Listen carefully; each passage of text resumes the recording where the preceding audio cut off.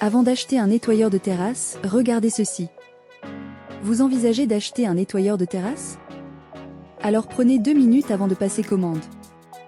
Tous les modèles ne se valent pas, et selon le type de surface que vous avez, faire le mauvais choix peut vous faire perdre du temps ou de l'argent. Aujourd'hui, je vous présente 3 des nettoyeurs de terrasse les plus intéressants du moment. Nous allons voir leurs points forts, leurs limites, et surtout lequel je choisirais personnellement. Commençons avec le Ryobi, que je place en 3e position. Si vous recherchez un modèle sans fil, il a de sérieux arguments. Alimenté par une batterie 18 V compatible avec l'écosystème Ryobi, il offre une bonne liberté de mouvement. Plus besoin de tirer une rallonge derrière vous pendant le nettoyage.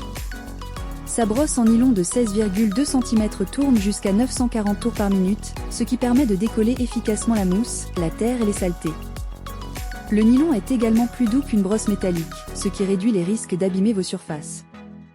En revanche, il faut savoir que ce modèle ne possède pas d'arrivée d'eau. Pour obtenir un bon résultat, il est conseillé d'humidifier la terrasse avant de commencer.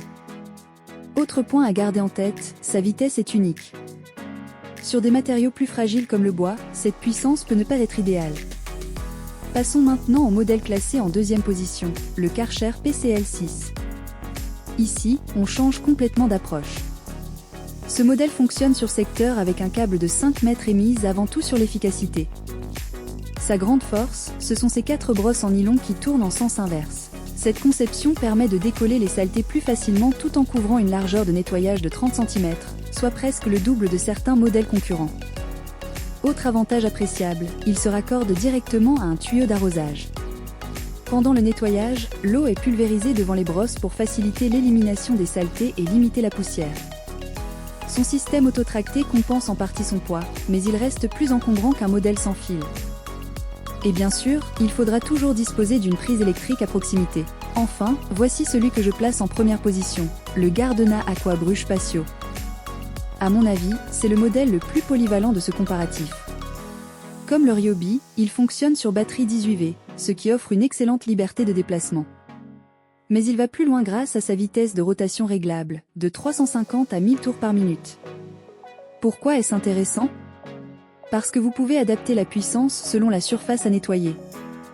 Une terrasse en pierre ne demande pas le même traitement qu'un platelage en bois. Ce qui m'a également séduit, c'est sa tête rotative à 360 degrés. Elle permet d'atteindre beaucoup plus facilement les endroits difficiles d'accès sans avoir à adopter des positions inconfortables. L'appareil dispose aussi d'une arrivée d'eau avec 2 buses de projection pour humidifier la surface pendant le nettoyage, ce qui simplifie encore davantage le travail. Son principal inconvénient reste la largeur de sa brosse, limitée à 15 cm. Sur une très grande terrasse, le nettoyage demandera un peu plus de temps. Mon verdict.